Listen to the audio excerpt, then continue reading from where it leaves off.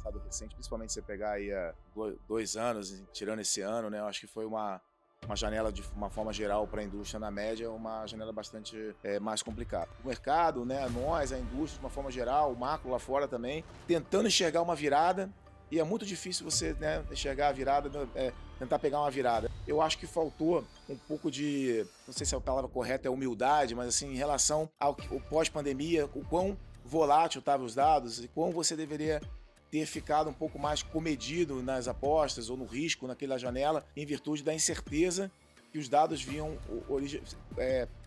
trazendo para o mercado. Quando você tem uma assimetria, você tem uma oportunidade, você ganha muito. Quando está num ambiente mais difícil, você tentar se proteger e perder pouco, né? Eu vejo assim muito ceticismo das pessoas no macro com relação aos investimentos que estão sendo feitos em tecnologia, né? E na verdade, eu acho que vai gerar uma oportunidade enorme, assim. Eu acho que isso vai se transladar num crescimento maior com menos inflação, né? As pessoas ficam assim, tô vendo a pesquisa do segundo turno, do fulano de tal, do ciclano de tal. Eu acho que isso agora não vale nada.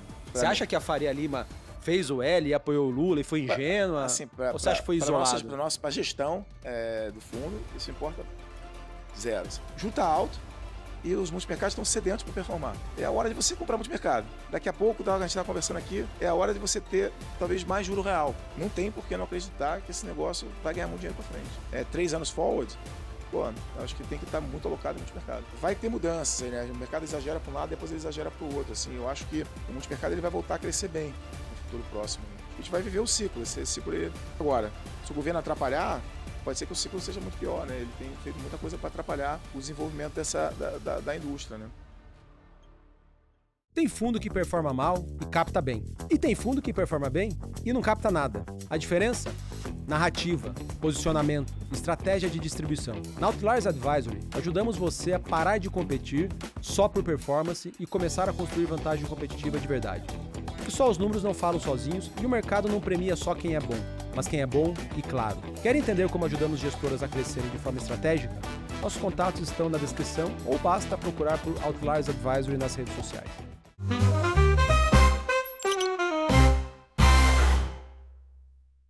Bom dia, boa tarde ou boa noite. Bem-vindos a mais um episódio do Second Level. E hoje a gente vai ter um papo com um cara muito famoso aí no mercado. Referência, presença carimbada em muitos podcasts, mas para ter um papo diferente, um papo mais sobre a indústria de fundos, particularmente a indústria de fundos multimercados, sobre performance recente dessa indústria e um pouco de aprendizados com os erros e acertos aí dele nos últimos anos, que é o Felipe Guerra, sócio fundador da Legacy Capital. Guerra, obrigado pela presença aí.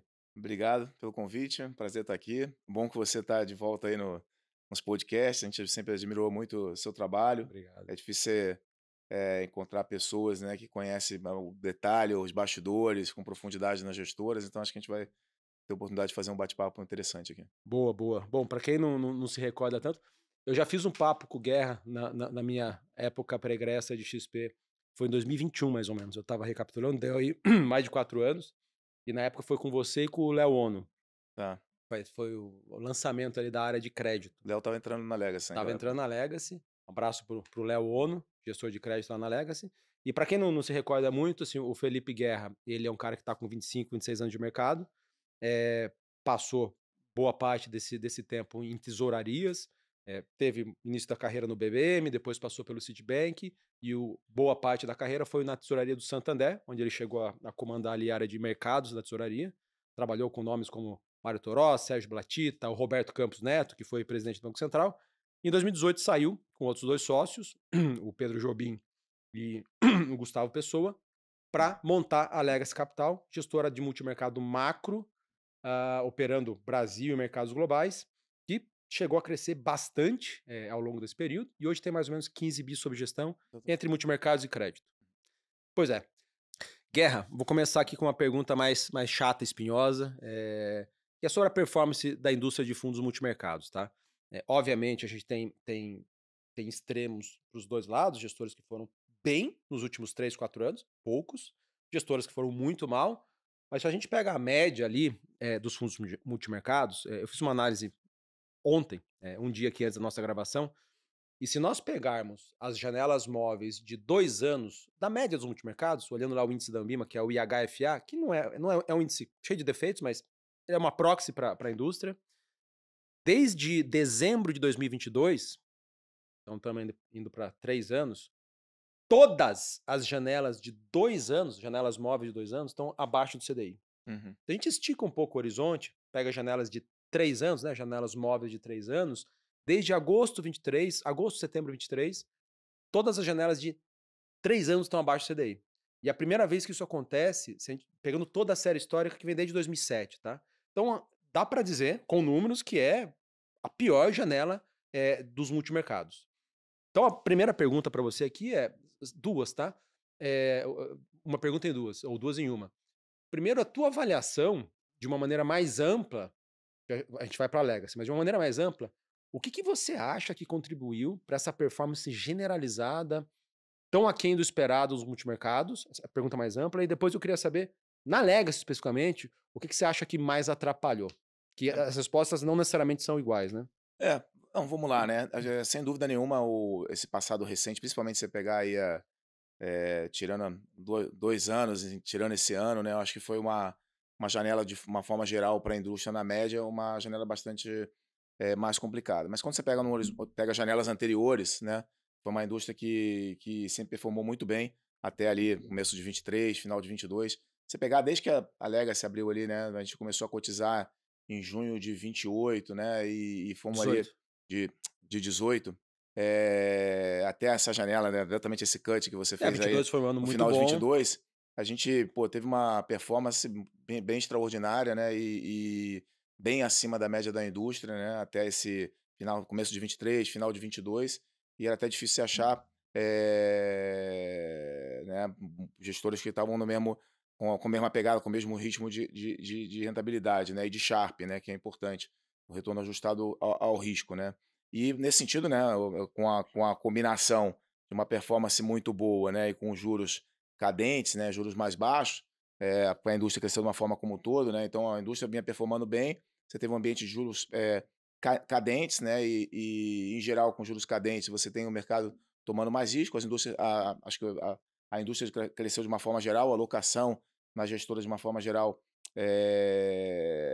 cresceram significativamente, né? E eu acho que depois você entra esse período, né? 23, 24, que eu acho que foi um período no qual você teve um ciclo meio de os dados, assim, em geral, né? Nunca é uma coisa só, né, Uhum. Samuel? Mas assim, a gente teve foi muito fácil no pós-pandemia, eu acho, o mercado, no sentido de que você vê que a inflação ia subir com aquela quantidade de estímulos monetários, fiscais, creditícios, né? E aquilo ali acabaria um crescimento muito maior, uma inflação muito maior, juros muito maiores, né? E quando chegou ali até o final de 22, acho que esse era o cenário soberano, né, naquele momento. A virada de 22 para 23, o mercado já começava a se questionar a questão ao longo de 22, né? Você começa a retirar os estímulos de uma forma bastante rápida, o juros nos Estados Unidos sobe bastante rapidamente, de uma forma bastante intensa, como nunca havia subido. E aí eu acho que a indústria, o mercado, o macro, de uma forma geral, ele começa a se questionar muito. Pô, isso aí não vai dar algum problema, né? Isso aí não vai, a economia não vai virar. Então acho que teve uma certa ansiedade, né? As pessoas ganharam muito dinheiro em 22, né? Principalmente aqui os fundos no Brasil, nós inclusive, Tomados em juros. tomados em juros, apostando no crescimento, né? Alta de inflação, com essa perspectiva, né? De reverter um pouco dos estímulos que foram colocados em 2020 e 2021, né? E acho que 23 veio uma ansiedade de tentar pegar, pô, agora tem a virada, dado que subiu muito, muito rápido, você vai tirar os estímulos, esse negócio vai virar, né? E o mercado começa a perseguir, né? Com muita intensidade ali no segundo semestre já de 22 e com certeza quase 23 inteiro. Essa questão, puta, vai ter recessão, o Fed vai ter que cortar, não vai ter que cortar. E aí eu acho que os dados do pós-pandemia, né, eles foram muito erráticos, né? Você vê não só o mercado, a indústria brasileira lá fora, etc. Mas você vê, os próprios bancos centrais, eles erraram muito, né? Eles sinalizavam que Hum. iam começar um ciclo, né? Na verdade, que não iam começar um ciclo, que a taxa neutra era mais baixa, depois tiveram que subir o juro pra caramba, depois, pô, demoraram para reconhecer, né? A tal da história da inflação temporária, demora pra caramba para começar a subir os juros, a inflação estoura. A gente sabe quão custoso é para você trazer a inflação de volta para a meta, eles demoram, né? Começam a discutir que a neutra é mais baixa, etc. Depois eles têm que subir o juro demais, depois sobem muito, depois ficam indicando que, pô, vamos começar um ciclo de corte, mas várias vezes você tem a economia acelerando e desacelerando numa frequência bastante intensa. Então, o que eu acho que, final, ali nesse pós-pandemia, né, os dados ali principalmente final de 22 e ao longo de 23, eles ficaram muito erráticos. Então, tiveram vários bancos centrais, né, aqui no Brasil, na Europa, os Estados Unidos, com certeza absoluta, que tiveram várias convicções diferentes em janelas pequenas de tempo, né? Então, tiveram várias idas e vindas, né? Cavalos de pau o tempo Cavalos todo. de pau com muita frequência, né?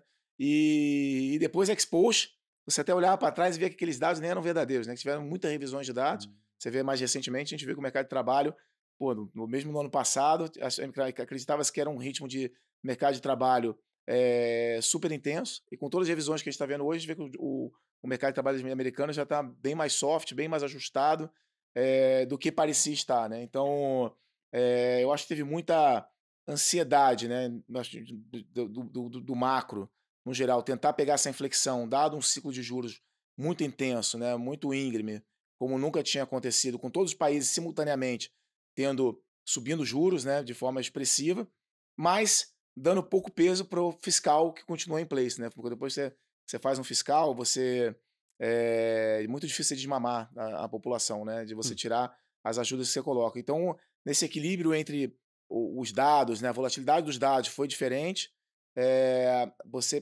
o impulso fiscal ele permaneceu, né? E os juros não teve o impacto que tradicionalmente ele teria imediatamente na economia De de desacelerar um rápido. modelo tradicional de desacelerar a economia rápido. Então, acho que teve uma janela ali de 18 meses que eu acho que o mercado ficou, o mercado, né, nós, a indústria de uma forma geral, o macro lá fora também, e os bancos centrais, tentando enxergar uma virada, e é muito difícil você, né, enxergar a virada, tentar pegar uma virada. É mais fácil você, quando você está com juro muito baixo, você vê que está tudo acelerando, você tem uma tendência enorme. Quando você está com juros altos, tentar acertar que vai ter uma inflexão, é mais complexo do que você pegar já um juros muito baixo com um crescimento em place, né? Então, você ficar tentando acertar essa virada de ciclo sempre é mais complicado. Então, na minha visão, assim, né, trazendo para a Legacy, trazendo para a indústria local, eu acho que faltou, de certa forma, um pouco não sei se a palavra correta é humildade, mas assim, em relação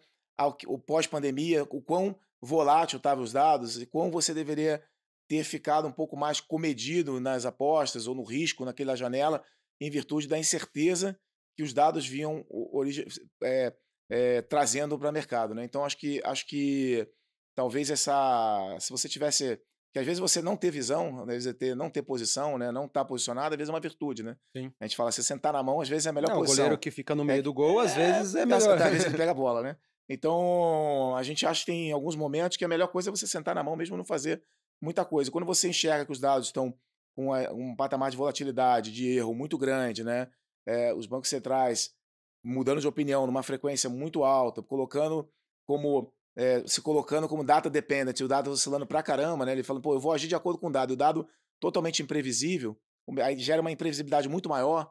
Eu acho que nesse momento o ideal, né, é você sentar um pouco na mão, reduzir o risco, trabalhar com uma volatilidade menor, esperar a coisa encaixar e ver uma simetria de forma mais clara. Parecia que era uma simetria, né? Exposed é sempre mais fácil você falar do que ex-ante, né? Naquele momento, né, parecia que você subindo o juro daquela forma, que estava subindo no mundo de forma sincronizada, aquilo desembocaria muito provavelmente numa recessão global, uma recessão em algumas regiões. A discussão era meio que a intensidade, né? E isso acabou não acontecendo. Então, acho que foi uma janela. Acho que a janela ficou para trás. Acho que os dados hoje estão mais previsíveis, menos voláteis, apesar das revisões ainda que a gente continua assistindo, né? Principalmente no mercado de trabalho americano.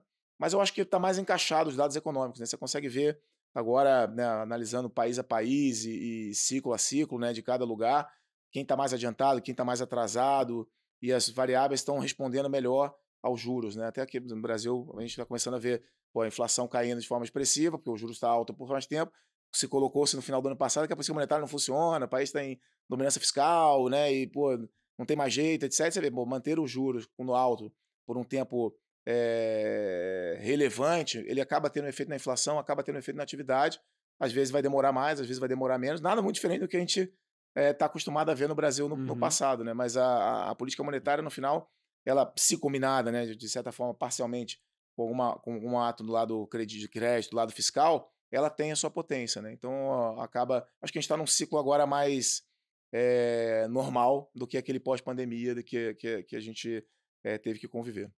Boa, e assim, engraçado, né, curioso barra trágico, que se a gente olha isso vocês fazem gestão discricionária, né, vocês estão lá, os seres humanos, analisando os dados e tomando decisões.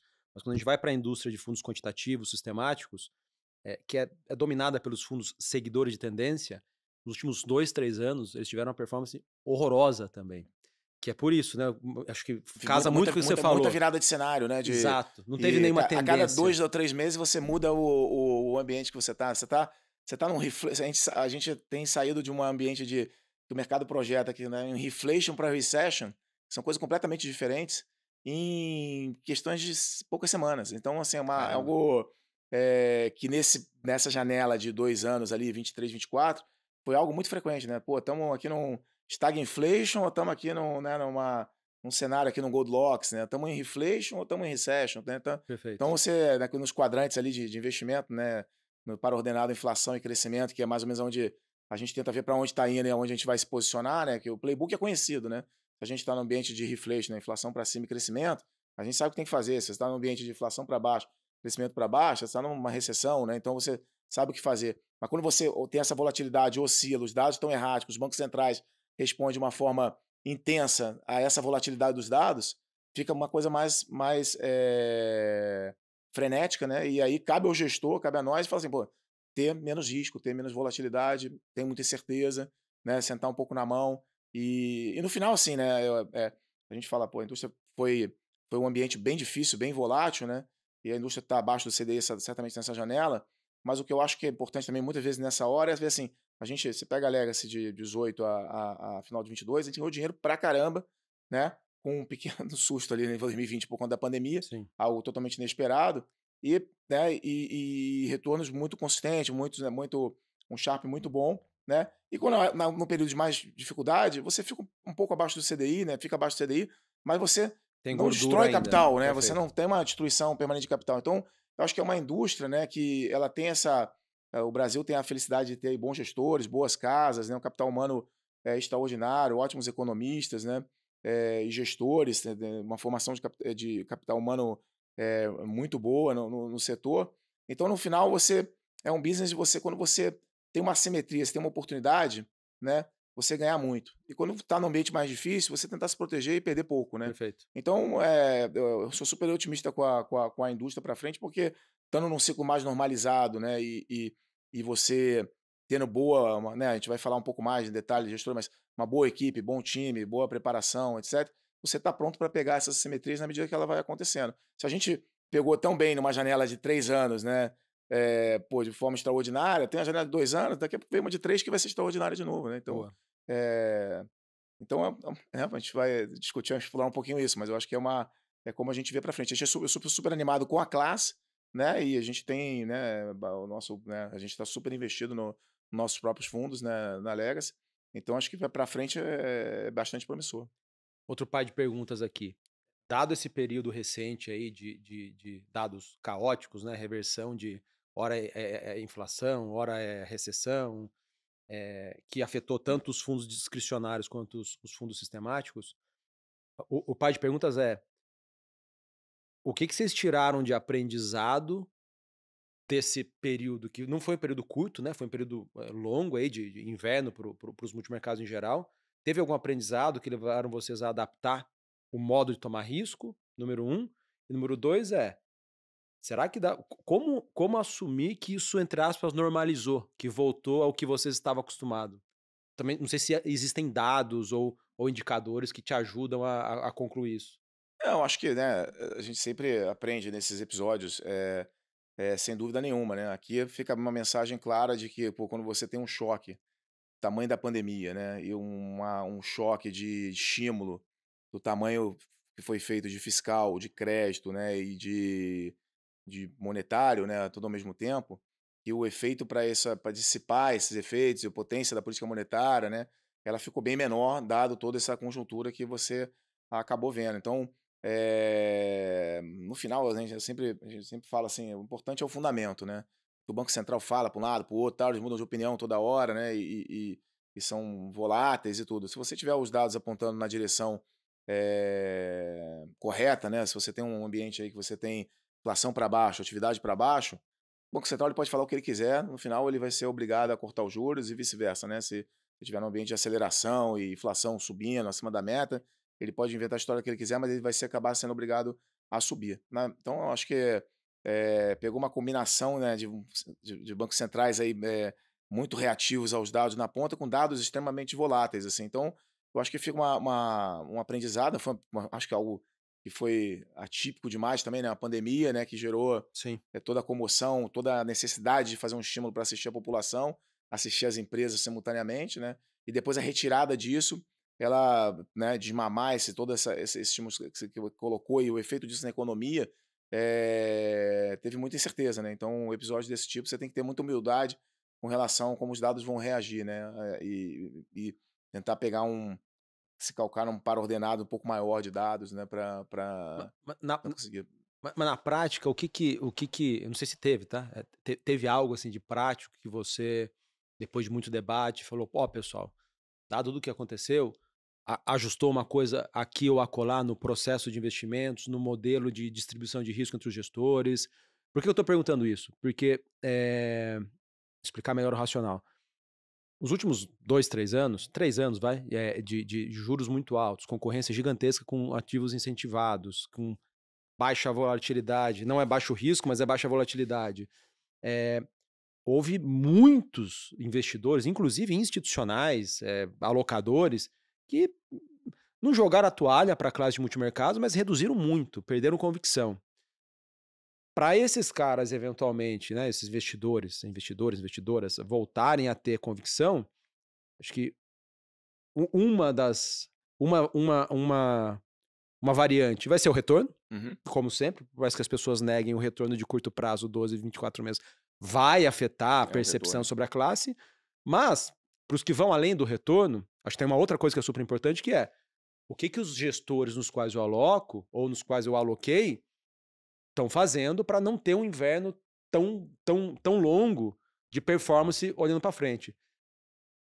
À luz desse racional aqui, teve algo que vocês precisaram mudar ou não? O processo de vocês Eu já diria estava preparado para eu se diria que o adaptar a processo isso? de investimento ele é exatamente o mesmo que a gente implementa desde do primeiro dia, primeira cota, desde que a gente implementava antes, quando a gente trabalhava junto na tesouraria do banco, né? O processo de investimento é um processo de investimento muito claro na nossa cabeça. A gente, né, a gente investe muito na equipe, investe muito em time. A gente, né, eu gosto de trabalhar com uma equipe, pô, de excelência, especializada em vários nichos de mercado, com um grupo de economistas eh, também de excelência, né, porque focados, cada um no seu nicho, né, na parte desenvolvida, a parte de emergentes, a parte de Brasil, né, o Jobim lá coordenando essa equipe, né, para a gente extrair o que tem de melhor em termos de análise top-down, e a gente, pô, eu aqui com um conjunto de especialistas, né, a gente tem aí cerca de 10 frentes aí, 10 áreas de crédito, commodities, né, juros internacional, juros local, bolsa internacional, bolsa local, FX, volatilidade, relativo velho. Então eu tento extrair desses times, dessas equipes, o máximo possível também, e a gente tentar colocar, né, no final do dia, o meu objetivo é o mesmo, né, no final é extrair as melhores ideias com os, né, do top-down com os economistas, as ideias bottom-up com os especialistas, né, e colocar o nosso portfólio, o nosso cliente, o nosso patrimônio nas melhores ideias, nas melhores convicções que a gente tem, e sempre com a mentalidade, né, de que, pô, se a gente tiver errado, pô, vamos tentar se preparar para perder pouco, né? E se a gente tiver Uhum. certo, pô, vamos navegar e vamos deixar esse negócio entrar. Então, essa é a nossa filosofia, a nossa mentalidade. A gente investe em time, o M subiu, o M caiu, o M subiu, o M caiu. A gente, pô, continua investindo nas pessoas, continua fazendo do mesmo jeito. As nossas reuniões, elas são nos mesmos horários, são nos mesmos dias, é da mesma forma. O processo de investimento, ele é muito sólido, é muito parecido. Se você ficar mudando de acordo com o mês, com o mercado, né? Agora eu vou treinar mais curto, agora eu vou treinar mais longo, porque o mercado mudou. Se você ficar mexendo demais do jeito que você que você opera, você perde o processo de investimento. Então, acho que assim, o nosso processo de investimento ele é um processo de investimento que já foi testado por muitos e muitos anos, por crise Brasil, crise internacional, e esse é o jeito que funciona para nós na Lex, para mim, Guerra, como CIO da gestora. É isso, é manter, né, o pé nesse foco no processo de investimento. Agora, obviamente, ao longo desse processo, né, as coisas mudam, né? Você aumenta o risco em áreas, né, que você tem entregue um Sharp melhor, você reduz aonde você tem um Sharp pior, né? E vai fazendo esse ajuste ao longo do tempo, né? Então, a gente também não faz nada de sopetão, Perfeito. né? Uma área foi bem, né? Pô, essa área agora deu uma oportunidade na área de bolsa, a bolsa subiu pra caramba. Pô, então agora vamos lá e vamos botar tudo na bolsa. Não, a gente não faz isso, a gente vai paulatinamente de acordo com o Sharp, aumentando, né, gradativamente o risco nas áreas que estão se diferenciando, reduzindo nas áreas que estão indo pior, né? De forma que você vai fazendo essa transição no tempo, mas sempre mantendo o princípio da diversificação. A gente quer Uhum. ser sempre uma estratégia no final macro, diversificada, em termos de vista geográfico, em termos de vista de classe de ativos e horizonte de investimento, né? Então a gente tem pessoas com perfis diferentes, pessoas que têm um view de operar mais curto, tem pessoas que, né, operam mais médio prazo, algumas mais longo prazo, né? Outras até longuíssimo prazo, né? Se você pegar nossa carteira de ações, ela mexe, né, no nosso livro de Global Equities, ela mexe muito pouco, ela é investida em clouds ali, cloud, né, em ferramentas de produtividade, tecnologia, desde o do D0 da Legacy, né? Então a gente continua com as mesmas empresas, algumas mexidas ao longo do tempo, mas pequenas mexidas, mas as teses continuam aí, a gente continua carregando, né? Como tem eventos, né? Pô, a gente teve dados essa semana, ontem, né? PMS, hoje PMC, tínhamos um viés que o dado poderia vir mais fraco, mais forte, então a gente se posiciona para aquilo, né? Então são estratégias que diferenciam em classes de ativo completamente diferentes e completamente com horizontes de tempo diferentes. E uma coisa que a gente também é muito cuidadoso, né? E olha isso, né? E ao longo desse processo também dá um peso mais importante para essa questão, é a questão de você ter books descorrelacionados, né? Que você, nas caudas, nos grandes drawdowns, que os books têm uma certa descorrelação entre eles, e principalmente com relação ao meu book, né? Que é um book ali, é mais ou menos uns 30, diria que um terço do risco, 40% do dia a dia ali, do risco do portfólio, né? Então, você ter books descorrelacionados e aumentar a exposição nesses books ao longo do tempo, né? Tem sido algo assim, uma forma que a gente tem adotado para você ter alguma descorrelação nas Uhum. caudas, né? Então a gente tem olhado mais, às vezes é um pouco, às vezes além do Sharp, né? Da diversificação, a componente de descorrelação entre os books, ela também ganha um peso também Tá. maior, eu diria, na nossa alocação de risco, na alocação de capital. Então a Então, gente tem colocado isso também, implementado mais. Então, em episódios, né, que o mercado entra num rally e tal, aí você, pô, tem lá a área de bolsa vai bem, mas se acontece um outro episódio, a gente tem algumas estratégias sistemáticas, estratégias de volatilidade, utilizado alguns QIS, né, que são estratégias sistemáticas para estar comprado na cauda e ter uma proteção na hora de uma virada, né? De você, de novo, no conceito máximo de, pô, se a gente estiver errado, né, o portfólio se reequilibra, a gente não perde tanto, e se a gente tiver certo, a gente consegue navegar por um longo período rentabilizando a nossa cota e mantendo as convicções que a gente tem. então, um resumo do que você falou aqui, e um pouco de explicação para quem não conhece tanto do modelo da Legacy. Tem um gestor principal, o CIO da gestora, que é você, com mais 30 a 40% do risco, Uhum. e você tem outros 10 especialistas liderando times. A primeira pergunta, que você chama de book, né? Cada Um estratégia front book. diferente, são os books aí, né? É o termo usado no mercado. Como que é o rebalanceamento do risco entre essas estratégias? É ano a ano? É semestre a semestre? Então, como eu coloquei, né, eu busco fazer esses ajustes, né, eu sou uma das minhas tarefas, né, como CIO é fazer refazer essa alocação de risco, baseado, né, no Sharp dos books, né, em Que é o retorno diferentes, ajustado ao o risco. retorno ajustado ao risco, em diferentes janelas, baseado na correlação desse book com os demais books, né, e com o Uhum. meu book, principalmente que tem um peso grande da Legacy. Com a cota da Legacy, né, se ele é descorrelacionado e tem um Sharp positivo, ele deveria ter mais peso dentro do portfólio como um todo, né? Perfeito. E ao mesmo tempo mantendo a diversificação. Não é porque um book tem um Sharp bom e ele é descorrelacionado, que eu vou colocar tudo nesse book e vou perder, vou abandonar todas as outras estratégias. Então, a gente sempre mantém esse princípio, a gente mantém que estar diversificado, ter books descorrelacionados, né, principalmente nas caudas negativas, né, para minimizar os drawdowns e dando um benefício pro Sharpe positivo. Boa. Essa é uma pergunta que eu fiz pro Carlão, Carlos Voos, da Capitalo, que a gente falou, o modelo dele, acho que talvez um pouquinho diferente de vocês, acho que as áreas são bem mais independentes, né? O quanto que essas áreas são independentes de você? É, ca aqui na no Na a Capital, eu acho que é um extremo, que é, assim, as áreas são acho 100% é um modelo independentes. diferente, né, porque são áreas de fato independentes, são, pelo que eu entendo, né, da Capital, são áreas de fato independentes, né, e tenta se criar uma descorrelação entre os books também.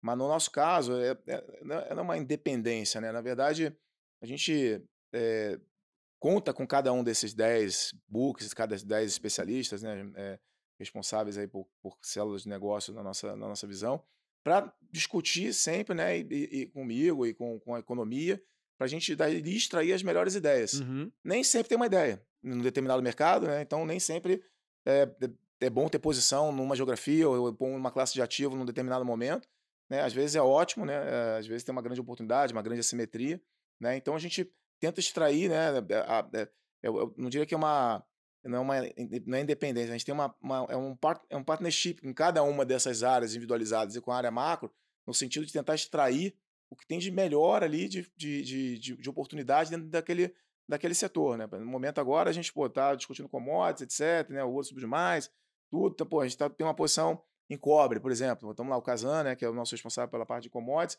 pô, trouxe uma tese, né, pô, batemos essa tese com a nossa visão macro, cenário mais otimista, né, um ano 2026 aí que tudo aponta para um crescimento maior, né, com juros menores globais. Então, está alinhado, né, um call micro que tem um problema de supply e demand ali na parte do cobre, né, e ao mesmo tempo um cenário macro que vislumbra um crescimento global mais positivo para frente, né. Então, aí dentro desse alinhamento, dessa partnership, né, de ideias, de discussões, pô, a gente enxerga uma simetria importante nesse mercado, nesse ativo, no cobre, nesse momento. Então, um exemplo de como a coisa funciona. Aí eu vou ter cobre também, ou não vou ter cobre, vai depender do conjunto do meu portfólio, né? Eu vou falar assim, pô, a gente, se no livro de front a gente tiver uma posição de cobre já bastante grande, que a gente já sinta que o fundo está investido na tese, o fundo tem posição relevante, é suficiente, não necessariamente eu preciso ter a posição. Se a gente achar que é uma posição pequena, mas que a tese é muito boa, que vale a pena ter um risco muito maior, que a simetria é muito a nosso favor, aí certamente a gente vai ter no front book, né, e no meu book também, que é o back book, né, que é o core book que a gente chama, e a gente vai ter uma posições parecidas, né, Uhum. nesse momento. Não necessariamente as posições são iguais, a intensidade delas, mas dificilmente a gente tem direções contrárias, assim, de pô, o Gustavo no juros está achando que que os juros vai subir, pô, com uma convicção enorme, e eu estou achando o contrário. Não, a gente vai sentar e vai discutir bastante com a área macro, bastante com o time de renda fixa, tentar formar uma opinião. Se a gente estiver divergindo demais, provavelmente o fundo net a gente vai ter posições menores, porque a gente não está chegando numa tese que a gente está, de fato, com uma convicção elevada para ter uma posição relevante. Pegando esse exemplo aí, você fez um gancho justamente o que eu ia perguntar. Quando os especialistas têm uma visão muito forte para um lado e você tem uma visão muito forte para o outro lado, como funciona na prática? Eles têm a Acho que na prática vai acabar discricionariedade acontecendo, vai ser que para tomar o risco? tem a discricionária para tomar o risco, a liberdade para tomar o E aí risco. você eventualmente vai netar a posição deles, ou Não, não? não necessariamente. Eu vou olhar o book pelo qual eu sou responsável, né? Por uma. Pô, se a minha área de renda fixa está com uma visão muito convicta numa direção, eu muito provavelmente não vou ter uma posição relevante na outra direção. Mas eu vou estar meio zerado, eu vou estar acompanhando, né? E se o negócio for indo mais para o meu lado, que eu estou achando do que deles, eu vou estar ali pressionando um pouco, pô, vamos ter risco menor, vamos discutir mais, vamos reavaliar, né? Então é mais ou menos essa sinergia, essa química, que ela já está aí há bastante tempo, né? Entre as pessoas, tem várias pessoas que trabalham junto aqui há muitos anos, né? Ela já acontece de forma natural, né? Então, assim, é muito difícil acontecer essa situação de ter uma posição muito grande no nosso core book, que bota o fundo numa direção que é muito diferente do que os especialistas estão pensando, né? É muito difícil, mas já aconteceu alguma vez? Você ficou totalmente Acho- desconfortável com o posicionamento não, às global vezes do acontece fundo? assim, às vezes nas caudas acontece, porque, por exemplo, você pega alguns exemplos, livro de volatilidade, né? A gente, né, compra algumas estruturas, né? E eventualmente meu livro lá está carregando posições em ações que a gente acho que são setores vencedores para o médio e longo prazo. Obviamente você tem lá uma balançada, tipo essas do Trump, né? Vem uma trampetada dessa aí, que tem quase todos os dias, né? Aí vem uma mais forte, né? Alguma coisa com relação à China, o mercado realiza, provavelmente no book comprado em ações vai perder, mas um book em volatilidade, provavelmente provavelmente ele vai ganhar uma exposição vendida, uma exposição mais pessimista ao longo dessa janela, e provavelmente ele vai ficar com uma posição mais bearish e talvez o fundo com uma posição na outra direção por um determinado momento. E aí vamos reavaliar, pô, é para, né, sair de uma posição bullish ou aumentar, isso aqui é uma oportunidade, né, a volatilidade vai surfar mais um pouco ali, protegendo um pouco a cota, né, do fundo como um todo, mas essas são coisas que a gente vai no dinamismo e nessa química do dia a dia, né, vendo como é esse encaixe, né, de acordo com a evolução do cenário. E aí a gente sempre, né, Samuel, bato muito nessa tecla internamente, sempre falo assim, eu sempre gosto de combinar muito a discussão, né, do preço, fundamento do técnico, né? Eu sempre falo isso, né? A gente quer comprar uma coisa que ela tá muito barata, né? Que ninguém gosta e que o fundamento tá virando a favor. Ou vender uma coisa muito cara, tá todo mundo apaixonado, né? E o fundamento tá indo para o contrário, né? Então a gente fica nessa, aí que estão as grandes assimetrias, aí que estão as grandes oportunidades. Se você achar 2 ou 3 dessas por ano, pô, o ano tá feito, né? Então é essa que é a discussão, né? O dia a dia, né? Você Uhum. buscar essas oportunidades baseadas no cenário macro, baseado nos preços, no Boa. fundamento e na questão técnica, né? Não é o nosso foco aqui definitivamente, mas pegando outro gancho contigo, tem hoje, alguma assimetria clara para vocês ou não? O cenário tá meio nebuloso ainda. Tem algum Não, exemplo que você poderia dar? não, a gente sempre tem alguns nichos, né? Assim, né? Mas alguma mais forte, assim? Assim, no cenário, né, de global, né? Eu vejo assim muito ceticismo das pessoas no macro com relação aos investimentos que estão sendo feitos em tecnologia, né? E eu acho Com que relação a não vai gerar não vai tanta gerar retorno, etc. e produtividade, tal. Na verdade, eu acho que vai gerar uma produtividade enorme, assim. Eu acho que tem uma o que em tese assimetria é desinflacionário. que eu acho que vai ser desinflacionário e vai ser com crescimento elevado. A gente pode ter uma surpresa bem grande de crescimento nos Estados Unidos para cima, a despeito de você ter um mercado de trabalho um pouco mais fraco, né, por conta do Trump, menos imigração, um pouco por conta da questão da inteligência artificial, né, que você precisa de menos pessoas, um pouco mais de desemprego aí, que a gente já tem percebido na população mais jovem, né, mas eu acho que isso vai se Uhum. transladar num crescimento maior com menos inflação, né. Isso geralmente é muito Que é uma bom coisa para nova, né, isso é é um muito mundo bom novo, para a né. margem das empresas, né, e isso gera uma simetria muito boa na bolsa, né, assim. Então eu acho que tem essa oportunidade. Como tem muito barulho, muito nós, né, pô, agora tem o Trump com a China, aí tem reunião no final do mês, né, tem sempre alguma coisa no radar ali que, pô, há um mês atrás, tipo, puta, agora vai ter o efeito da tarifa, vai pegar na inflação, então stagflation. Tem sempre, o mercado está sempre tentando, né, achar alguma coisa, qual o próximo problema, né, e tem muito questionamento sobre isso, né? Obviamente vai ter exageros, né? Não estou dizendo aqui que não tem exageros, né? Mas eu acho que está muito claro, pelo menos para nós internamente, assim, que tem um choque de produtividade em curso, né? E você pode ter perdedores aí que investam errado, né? Que overinvistam e depois não tem um retorno, mas esse investimento todo ele vai se transladar numa melhora de produtividade para a economia como um todo, né? E acho que principalmente para as grandes empresas americanas. Uma das Então, maneiras de se surfar isso é eventualmente estar comprado no ele S&P. comprado em bolsa, comprado em call de S&P, né? Comprado no skill, né? De bolsa para cima. Geralmente é o top side, né? O upside da bolsa, as volatilidades são bem mais baratas do que o downside, né? Por razões óbvias, porque quando cai Discreto, igual uma pedra, né? sim. E vai subindo devagar, mas a gente acha que pode ser um cenário de volatilidade para cima com bolsa para cima, né? Porque as pessoas vão se surpreendendo com os resultados. Então é algo que a gente tem discutido bastante, assim. Aí, né, você pode também pensar na parte local aqui. Tem alguma Eh, coisa gritante que o mercado não está vendo, na sua eu opinião? acho que vai ter, né, num futuro próximo, assim, né? Eu acho que a gente está chegando em níveis aí de juro real, né, nas NTNBs, né, Tesouro IPCA, sim. eh, super elevados, né? E ao mesmo tempo com patamares de spread de crédito muito baixos, né? Então, a gente começa a pensar se para frente vai fazer sentido as pessoas estarem aí nesses isentos, né? num futuro próximo, né? E aí quando você não fizer mais sentido isso, né?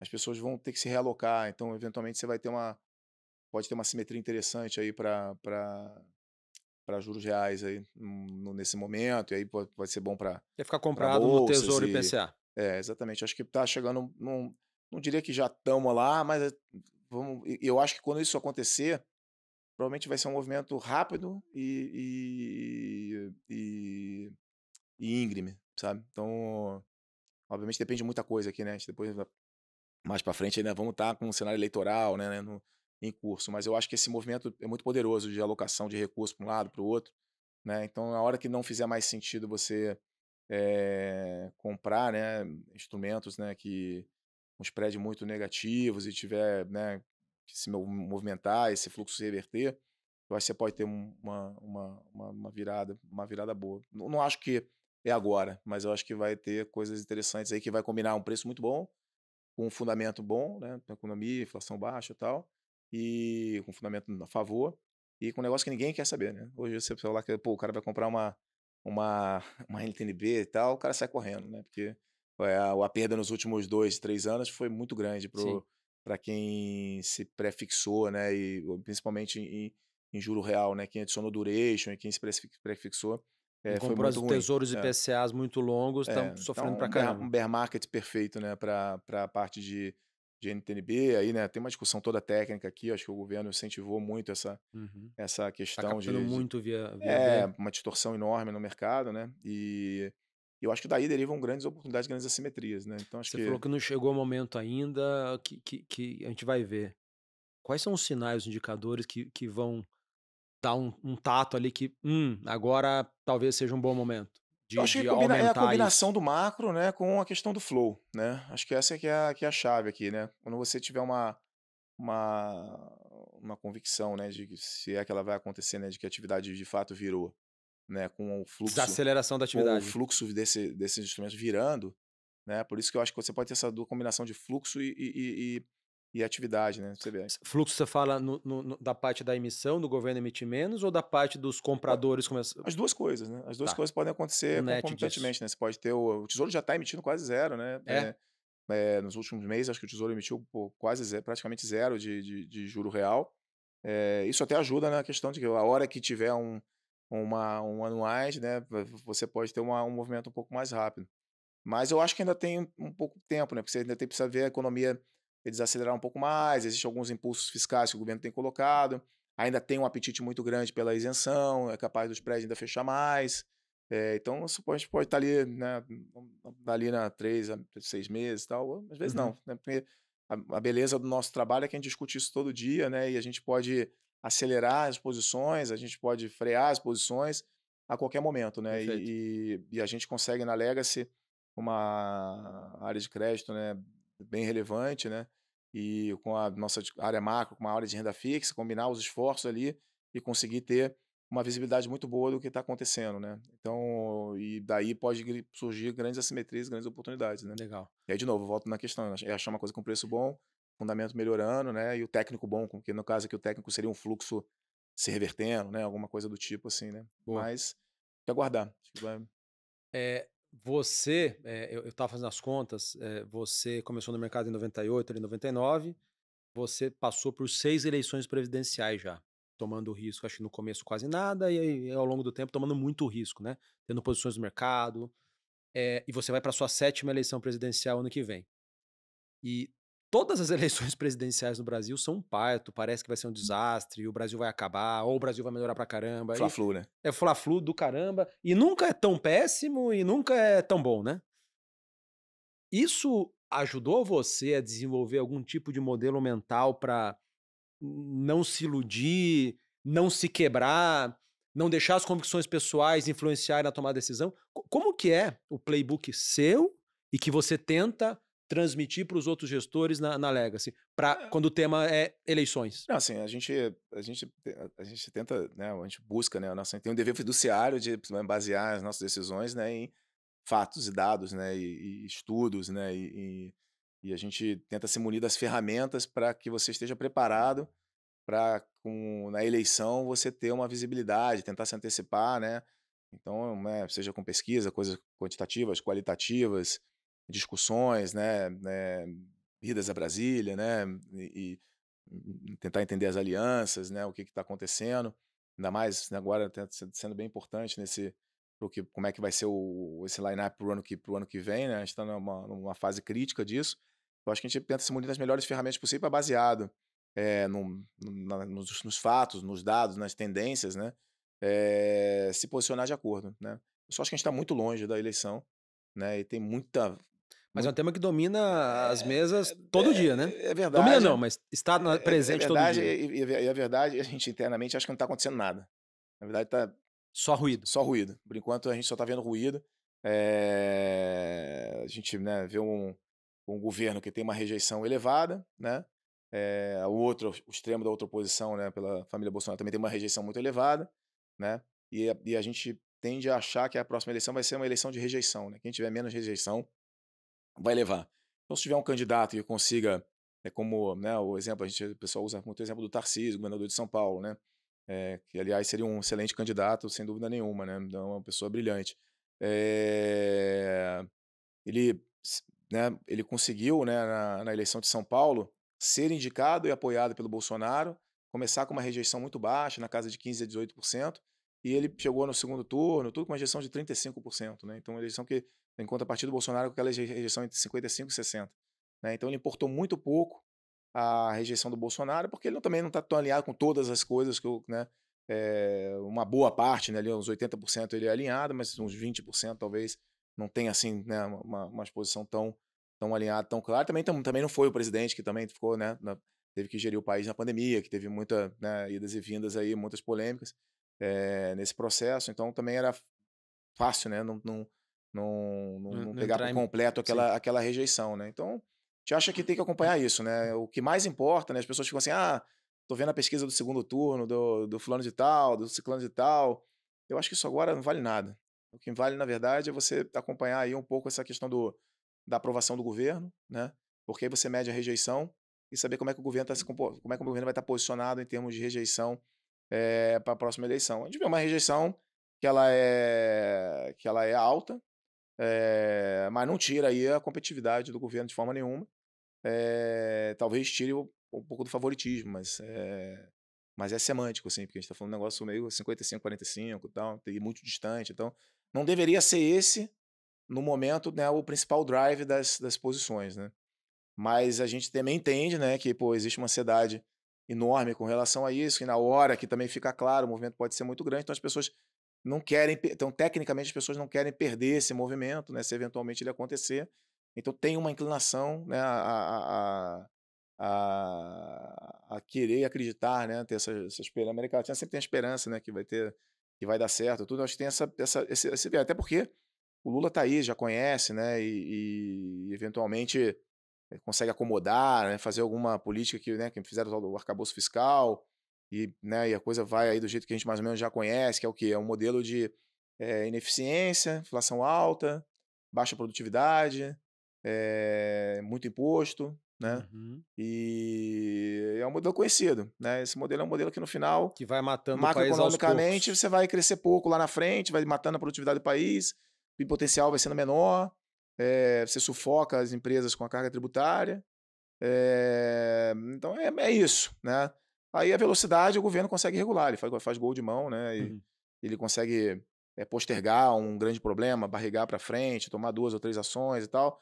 Então parece, né, que se você tem uma mudança de política fiscal, né, colocar o país no rumo certo, né, um rumo de produtividade, né, que a gente estava falando antes dos Estados Unidos, né, conseguir crescer com menos inflação, uma agenda fiscal na direção correta, né, menos impostos, né, uma busca por agenda de gestão, produtividade, você pode ter uma simetria muito grande, né? Então, eh, e aí você tem que ver os mercados, né? Às vezes, dependendo dos preços das coisas, né, você pode estar num preço que está favorável você continuar apostando a favor, porque tem uma simetria interessante, né? Ou não, às vezes o mercado pode ficar muito caro e tudo melhorar muito, e aí você fala, não, melhor não ter posição nenhuma, porque fica muito arriscado Sim. entrar nesse jogo agora. Então, a gente acha que está distante. Nossa opinião é que está distante. Rejeição do governo é alta. Não tira a competitividade do governo. O governo é super competitivo. O presidente é super competitivo. talvez ele não seja o favorito. Minha forma de colocar seria essa, assim. Então, nesse momento, a gente está acreditando nisso, a gente está se munindo de todas as ferramentas que a gente costuma se munir, né? Investindo nisso, né? Ter pesquisa, ter acesso a consultores, né? Os próprios Aos políticos. políticos, né? Próximo das questões das alianças, entendendo a dinâmica eleitoral, regional, né? Também que é importante, Uhum. para poder estar pronto para enxergar lá. A gente, né? Dia que em 2018 lá, a gente acertou muito bem a eleição, né? O mérito do Jobim lá, acho que ele, né? Ele é o 2016, já estava no banco ainda, ele já falava lá que o Bolsonaro ia ser o presidente, né, né, ele teve um acerto ali incrível, nos ajudou muito na leitura da eleição. A última eleição foi uma eleição mais brigada. Como que foi a última A eleição última para eleição a gente vocês? achava que era 50-50. Não tinha. A gente estava discutindo numa sexta-feira, antes do coisa, pô, é 50-50, entendeu? Então, Ou seja, não dá para saber. e não dá para saber, é incerto. Pô, vamos opcionalizar as posições, né? Otimistas, Para pessimistas. mitigar Vamos a ficar um pouco perda, mais as perdas. opcionalizado. Se qualquer coisa você perde o prêmio, né? Perde pouco, não perde muito se tiver errado. Então a gente achava que era muito diferente os outcomes, né? E no fato se mostrou até dezembro depois que era bem diferente, né? Porque o mercado piorou muito depois até dezembro, né? Com a eleição do presidente Lula. Se decepcionou muito com a relação, era pragmático, etc e tal. Uhum. Tomou muita bola nas costas naquele período ali. A gente acreditava nisso, né? Que ele ia ser pragmático? Que não ia ser Que pragmático, não né? ia ser. Que tinha uma agenda clara, né? Ele não enganou ninguém, né? Ele fez tudo o que ele falou que ia fazer durante a campanha. É isso que eu ia perguntar para você, cara. Esse não enganou ninguém, há quem discorde, né? Assim, rolou muita reclamação e xingamentos, principalmente nas mídias sociais, né? Faria Lima fez o L, né? Porque vários gestores não necessariamente apoiaram o Lula, desculpa, mas se posicionaram contra o Bolsonaro. E aí, nesse mundo totalmente polarizado que a gente vive, não só no Brasil, né? No mundo, você se posicionar contra o Bolsonaro foi interpretado por muita gente como sinônimo de apoiei o Lula. Então, como que você enxerga isso, A cara? gente, Você para mim, acha que a Faria Lima fez o L e apoiou o Lula e foi ingênua? assim, Ou você acha que foi para isolado? para gestão, né? Para a gestão do fundo, isso importa zero. Assim, a gente se baseia em dados concretos, né? Do que está acontecendo na economia, do que está acontecendo em termos de rejeição, né? E nas pesquisas, né? Para tomar a decisão, assim. Se a Faria Lima está achando uma coisa, o outro tá achando outra, se o pessoal mudou de opinião, a questão política, né? Cada um tem a sua escolha, cada um tem seu viés, mas isso nunca, jamais deveria influenciar uma posição, né? Uma compra de um ativo porque você gosta de alguém ou que você não gosta, né? A gente tem que basear a gente sabe muito bem, né? Como é que é um governo do PT, né? E sabe muito bem como eventualmente pode ser um governo do centro-direita, né? Aí você pode botar o Ratinho, o Tarcísio, um Zema, né? Tem algumas diferenças entre eles, mas pegando a figura do Tarcísio, o que ele fez em São Paulo, etc, né? Você sabe que é muito diferente, né? Então, e aí cada um escolhe o que quiser, né? E aí a gente sabe qual que é o portfólio de um lado, sabe qual que é o portfólio de outro, e aí cabe a nós avaliar a probabilidade aqui, a simetria, porque às vezes você pode até errar a eleição, mas a simetria pode ser tão grande Uhum. que às vezes vale a pena você ter posição, né? Dados os preços. Ou não, ou então todo mundo pode estar muito animado, vai chegar lá no dia da eleição e fala, cara, melhor não ter nada porque já está muito Já tá tudo animado, né? precificado.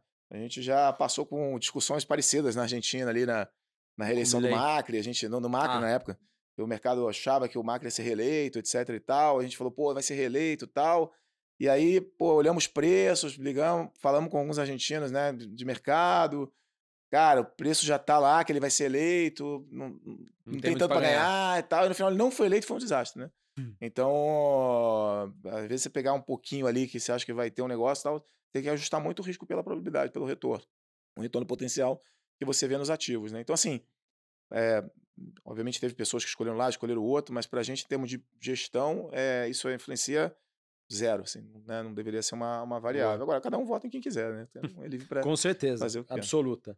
O Indo aqui, voltando um pouco para classe de multimercados em geral, de novo, né, eu já mencionei isso anteriormente, foi uma classe que foi muito questionada ao longo dos últimos 2, 3 anos. Tem algo, vou colocar dessa maneira aqui, né, tem alguma verdade inconveniente dos multimercados, algum erro, alguma barbeiragem ou algum problema da classe que, porra, sabe-se entre os gestores, mas não é muito falado? Exemplo, tá? Poxa, vou dar aqui exemplos, tá? De frases possíveis. O gestor brasileiro se meteu a operar macro internacional e não sabe, só perdeu dinheiro. Ou o gestor brasileiro cresceu demais, por isso que foi mal. Tem alguma verdade inconveniente aí que você notou, percebeu ou percebe que você poderia citar ou Não, não? acho que esses dogmas, assim, nunca são verdades, né? Num extremo é verdade. Cada gestora, né, multimercado, tem gestora que se especializa mais para ações brasileiras, tem gestora que se especializa mais para Brasil mesmo, se propõe a fazer mais Brasil. Tem gestoras que querem fazer mais internacional e zero Brasil, né? Tem alguns exemplos. Tem gestoras que querem estar mais diversificadas, né? No nosso caso, eu me coloco numa situação que a gente quer buscar essa descorrelação entre as geografias, entre as classes de ativos, mas também, às vezes, a gente correlaciona, porque às vezes tem uma oportunidade em algum lugar que a gente acha relevante, mas a gente quer ter a flexibilidade, o grau de liberdade de atuar tanto no internacional como no local, em busca de oportunidade. Às vezes não tem oportunidade nenhuma no Brasil, às vezes só tem oportunidade no Brasil. Né? Então, mas isso você, pensando na média, eu sei que é difícil você opinar sobre a média da indústria, mas mesmo assim vou te colocar na situação. Não, eu acho que a indústria. Você acha que na média, o gestor brasileiro típico só sabe operar kit Brasil, juros, dólar e bolsa? Eu acho que na média. Ou isso foi sendo Acho que na média o Brasil tem. apagado? O Brasil é bem feliz nesse sentido, que de ter a qualidade das discussões que eu vejo com os pares, né, vendo o trabalho que vocês fazem, conversar, trazer gestores, a qualidade é excelente, né? Tem muita gente muito boa e com muita capacidade de operar com profundidade diferentes classes de ativos e de geografias diferentes, né? E tem muito hard work que acontece nos bastidores que às vezes não aparece, né? Não transparece, né? Mas a gente é um trabalho super intenso, é um trabalho de você acordar, às vezes, ontem mesmo, né? 2h30 da manhã saiu uma notícia, acordei 2h30 da manhã, saiu uma notícia que a China estava retalhando os Estados Unidos com alguma questão, alguns proibindo acesso a alguns portos, etc. A gente, posição de bolsa, levanta, vai olhar, é isso mesmo, não é, Como diminui foi isso? posição, tal. WhatsApp? Aí, Alguém pô, ligou para você? eu, na verdade, acordei e vi, Acordou para ir ao banheiro e já era. acordei e vi a notícia. E falei, pô, isso aqui vai impactar o mercado, né? E aí você, porra, tem que reagir. Então você tá sempre dormindo com o olho aberto, né? Então é um pouco a sensação, né? E durante o fim de semana, para quem me conhece, para quem trabalha comigo, pô, a nossa discussão é super intensa, né? A gente começa sábado de manhã, domingo, a gente está sempre discutindo o mercado. A gente vive isso, respira isso, né? Tem muito hard work, muita dedicação nesse negócio. E é algo que pouco transparece, mas quem acompanha a classe, como você conhece, sabe? Isso é feito de, né? A performance ela vem de fato de você, pô, estudar muito, trabalhar muito, porque o mercado é extremamente competitivo, né? Se tivesse uma coisa muito fácil lá, você achar uma coisa que, pô, ninguém, que tá barata, que ninguém quer, que tá virando fundamental, pô, tá todo mundo perseguindo isso, né? Então o mercado, ele é muito eficiente. Então você tem que ser muito rápido, muito ágil, muito... Eu lembro, né, tem um exemplo, por exemplo, teve o episódio do DeepSeek, né? Uhum. A gente tava super comprado em bolsa, né? E aí começou a discussão do DeepSeek, né, na quarta-feira, e, o PH, né, que trabalhava com a gente na parte de tecnologia, ele mandou uma mensagem, pô, você viu esse tema, né, do DeepSeek e tal, não sei o quê? Eu falei, não, me explica melhor, né, isso sexta-feira de manhã. Aí ele me conversando e tal, eu tive até dificuldade de entender o negócio, falei que só pela minha dificuldade de entender, eu já falei, pô, eu vou reduzir as posições completamente, porque o mercado não vai entender esse negócio na hora que vier e o mercado vai realizar. Porque tinha um otimismo muito grande com o Trump, porque, de novo, o preço estava caro, o técnico estava elevado, e você colocar em dúvida alguma coisa, gerar uma incerteza num negócio que estava parecendo que Precificado era à uma certeza, perfeição, sim. né? Você poderia virar. E foi, pô, e no fim de semana só se falou do DeepSeek. E a gente tinha uma posição, acho que 25% do fundo, fomos para 2%. E aí entendemos melhor, né? Discutimos mais. Final da segunda-feira a gente voltou para as posições de 25% novamente. No final da segunda-feira. Então, então a gente é um negócio que você tem que estar sempre em cima, sempre olhando. Por isso que eu não acredito, pelo menos para mim, né? Eu não acredito muito numa pessoa só consegue fazer tudo isso sozinho, né? Então você precisa ter equipe, você precisa ter time, você precisa investir em excelência, em trabalho, hard work, porque senão você não pega essas inflexões, essas Perfeito. proteções, esses momentos, né? Você tem que estar sempre olhando o detalhe do detalhe das coisas, seja no dado econômico no Brasil, no intrínseco da inflação, né, no intrínseco do fiscal, nos intrínsecos das empresas de tecnologia. Então, a gente está, né, é impossível o cara olhar tudo, é impossível o cara entender do setor de semicondutores e como é que é feita a máquina lá da SML, e ele ser, ao mesmo tempo, um especialista aqui na inflação brasileira, etc. E tal. Então, você precisa de time, né? E também, ao mesmo tempo, comprar lá qual que é a NTNB de crédito que você vai escolher, de infraestrutura que você vai alocar e tal. Então, se você não tem uma boa equipe, bom capital humano, fazer, né, por si só, eu não acredito muito nessa história de one man show. Um cara só vai lá e faz tudo e ele resolve e tal. Sempre tem um backstage de gente muito boa trabalhando junto e, ao mesmo tempo, muito trabalho, assim. Uhum. Essa é uma coisa que ela não aparece, assim, mas ela é bastante hard work. Falando de coisas que não aparecem, uma pergunta, duas faces da moeda aqui. Tem você já passou por dezenas de diligências ao longo da vida da Legacy. Tem algum item que os alocadores não olham na média e que você acha super importante? E a outra pergunta vai ser: tem alguma coisa que os alocadores sempre ficam perguntando, questionando e que você acha irrelevante, que não tem importância nenhuma? Queria ouvir essas duas respostas. Acho que a gente já conversou até um pouco sobre isso aqui durante o nosso bate-papo aqui, né? Eu acho que no sentido de que o que é mais importante é o que a gente, quando você trouxe a pergunta do processo de investimento, você mudou alguma coisa e tal. E apesar de tudo, eu te falei que não mudei quase nada. Mudei muito pouco, né? Mudei a alocação de risco, né? Baseado na descorrelação entre os produtos, entre as áreas, né? Entre as geografias e onde teve mais Sharpe, né? Fiz ajustes graduais, relevantes, né? Mas no seu tempo, sem, né, cometer exageros e perder a diversificação, né? Então, esse é o processo de investimento. A gente mantém o nosso processo de discussão, intensidade das áreas, da alocação, né? Da mesma forma. Então, eu acho que é uma coisa que isso é o mais fundamental. O time trabalha junto, são as mesmas pessoas. Se mudou, mudou por quê, né? E mudou para melhor, mudou para pior. Porque às vezes você tem que mudar mesmo, né? Você mudou para melhor, mudou para pior. Qual foi a razão, né? Tentar entender o processo de investimento, como é que é o processo de mudança das Você pessoas, acha que os né? alocadores gastam pouco tempo com isso? Menos do que deveriam? A gente, felizmente, a gente tem. Obviamente, eu diria que os nossos principais alocadores são ótimos alocadores, né? Uhum. Então, eles estão próximos de nós, assim, né? E a gente, né, consegue desenvolver muita coisa junto com nossos principais parceiros, né? Então, seja no lado de crédito, a gente tem desenvolvido várias coisas recentemente, no produto de multimercado, nas adaptações, né, com relação às mudanças de regulação, de CVM, tributária, etc. Né? A gente está sempre muito próximo, né, dos nossos alocadores, e a gente tem os principais, eles estão muito próximos, né, entende, ou acho que bem o processo de investimento, tudo. E aonde eu acho que o pessoal dá muito peso, e talvez devesse ter menos peso do que nessa questão do processo de investimento, da equipe, da qualidade das pessoas e tal, é a questão do resultado de curto prazo, né? O que performou.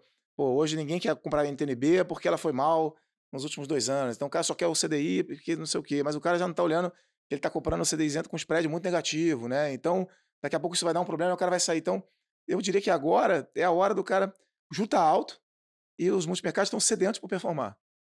É a hora de você comprar multimercado. Daqui a pouco, a gente está conversando aqui, é a hora de você ter talvez mais juro real, né? É, né? Você precisa achar, Apesar da apesar da performance performance recente e ruim, tal. sim. E as pessoas vão olhar para trás e falar assim: o que foi bom nos últimos 12 meses, 6 meses, um mês, não sei o quê? Ah, foi ficar no CDI isento. Tal, beleza. Vou continuar. Mas eu tenho uma chance muito alta desse produto não ser o melhor performance para frente. Eu atribuiria uma probabilidade muito alta. Então, eu acho que essa coisa da alocação baseada no que aconteceu no curto prazo, né? Pô, o cara errou aquele mês, errou aquele dado, a janela. Tudo bem, se alonga mais a janela, vai para 1 ano, 2 anos. Mas você pega outras janelas, né? Não pega só os últimos 2 anos ou 1 ano, pega 2 anos para 2 anos aleatórios, 3 anos aleatórios.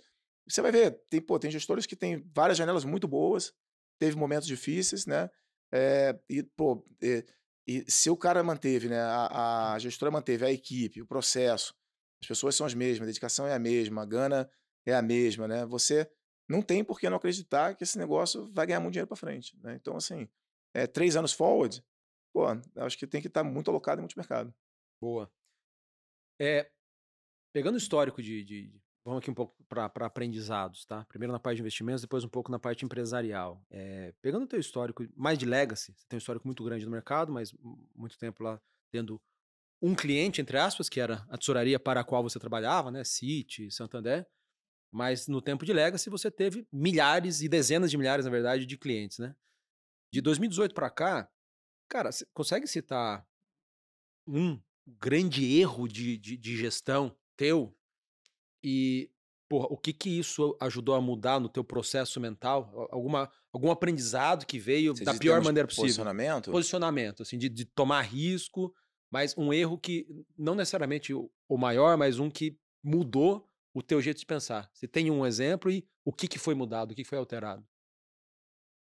Ah, como eu falei, como o processo de investimento ele é muito parecido sempre, assim, então a gente sempre tenta manter o padrão que a gente sempre teve, né? E não só da época de Legacy, mas desde a época que a gente vem lá de trás, né? Desde que lá que eu aprendi lá com o Sérgio Blatista, com o Mário Torói, né? Desde que a gente foi construindo a tesouraria do banco junto, desde que a gente construiu a Legacy junto, o processo ele é o mesmo, né? Eu tento ser o guardião desse processo diariamente, né? É, o que eu diria que eu poderia, pô, ter ajustado, né? Talvez você pudesse ter feito ajustes mais rápidos no sentido de redução de um limite de risco de uma determinada área, para dar uma resposta mais rápida num determinado assunto mais específico, assim. Teria mudado muito o perfil final do. Não teria mudado tanto, entendeu? Mas algumas decisões de você. Da mesma forma que você não quer errar de alavancar demais um determinado mercado, né? De você colocar muito limite numa determinada área e concentrar demais o risco porque aquela área foi bem, você também não quer dinamitar uma área ao mesmo tempo de forma rápida porque você foi mal numa determinada janela, né? Então você Perfeito. sempre tenta fazer um blend, né? De fazer esse ajuste de forma gradual, né?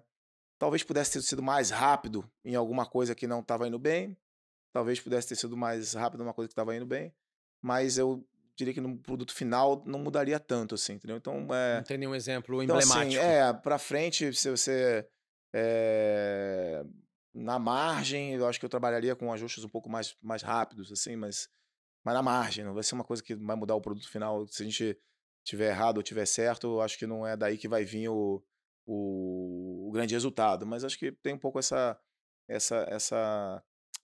Aí é muito perfil, assim, né? Eu tenho um perfil muito paternalista no sentido de que todas essas 10, 11 áreas eu criei, né, ou ajudei ou montei elas do zero, né, e eu tenho muita crença que todas elas são áreas muito boas e muito complementares, diversificadas, né. Então quando alguma coisa não está indo tão bem em algum ponto, eu me sinto culpado, né, e ao mesmo tempo eu invisto meu tempo naquilo para fazer aquilo melhorar, né. Legal. Então, eu não é minha filosofia dinamitar um negócio, porque o negócio foi mal numa janela. Na verdade, a minha filosofia, meu jeito é trabalhar mais ainda naquela frente para tentar fazer aquele negócio melhorar, né? E virar, né? E engatar de novo, porque eu acredito que aquilo ali é necessário, é complementar, né? E já vi ganhar muito dinheiro no Uhum. passado, e não é porque não ganhou dinheiro num mês ou dois, ou um ano, 18 meses, 2 anos, que não dá para ganhar, né? Então, e assim, se você olhar, né, também um pouco o nosso histórico, assim, a gente, né, ali quando foi rampando o fundo, a cota, você foi vendo que a gente foi tendo vários sucessos em diferentes áreas, bem diversificado o resultado, né? Então, uma pernada de Brasil, né, uma pernada de relativo velho ali no primeiro momento na pandemia, depois uma pancada para cima na bolsa, foi um ano espetacular em 2020 com a carteira que a gente tem de tech, né? Foi um negócio espetacular ali, a carteira subiu, virou 200% de alfa, né, no ano. É, né, ela subiu 200% acima do índice, né? Caramba. Foi muito bem, ajudou muito, né? Dentro daquela recuperação, da cota, fechar o ano de 20 muito forte, né? E depois tiveram outros episódios mais relativo velho de novo, em outros momentos, né? E, e Bolsa Brasil, short em outras janelas. Então tiveram, né? Foram compostos então você tá com todas as frentes bem montadas, bem organizadas, né? E nunca dinamitar nada e tá sempre investindo, eu acho que para mim é a forma correta Legal. de trabalhar. Aí você Boa. pode falar: "Pô, mas podia ter sido mais rápido, podia ter trocado mais rápido, né? Sempre pode, né? Mas eu, eu prefiro resolver com trabalho e com tentando ajustar e consertar e normalizar, né? E modelar, do que fechar e não vou fazer mais e tal. Ponto excelente aí. Você usou a palavra paternalista. Acho muito, muito pertinente essa palavra, porque eu queria perguntar. E que é uma pergunta que eu fiz pro Carlos Voos. Eu tive recentemente aqui com o Silvio Castro do Itaú. Eu também perguntei isso para ele, que é como que você consegue distinguir o mau momento de um gestor que, putz, não dá mais para continuar investindo. É muito difícil e cada um tem um modelo mental diferente, um processo diferente. Como que você já estopou algumas mesas ao longo Uhum. não foram muitas, mas você já desligou algumas mesas ao longo dos anos. Como que é o teu modelo mental para, puta, tentei, dei chance, investi meu tempo, mas não foi. Qual que é a hora de jogar a toalha?